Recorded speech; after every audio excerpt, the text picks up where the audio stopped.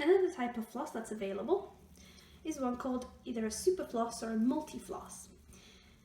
This floss is slightly thicker, which is recommended to be used in spaces which are just a little bit bigger, teeth with braces on, under bridge work, crowns or implants. Superfloss or multi-floss comes in boxes in pre-cut sections.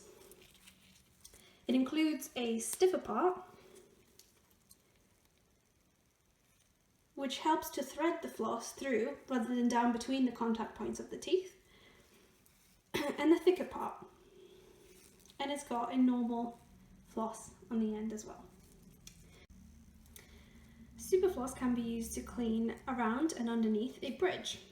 A bridge consists of your natural tooth with a cap over the top of it attached to a floating tooth or fake tooth. Can also be then attached to another tooth on the other side of it.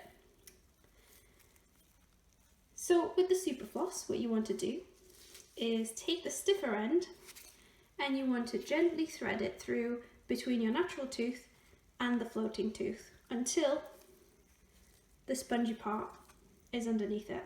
The key area is the neck of your natural tooth where plaque accumulates, and also underneath this floating tooth.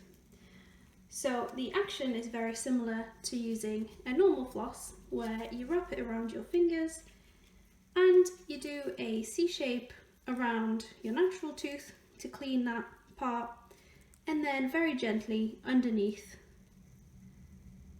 the floating tooth. To take this floss out, all you need to do is just pull it back the same way that you've put it through. For cleaning around implants, what you want to do is thread it from one side around the implant through the other side, and you want to make sure that it's as far down as it'll go with just a little bit of resistance on the side of the implant on the tooth side of the papilla. And what you want to do is cross over the floss and just very gently go back and forth.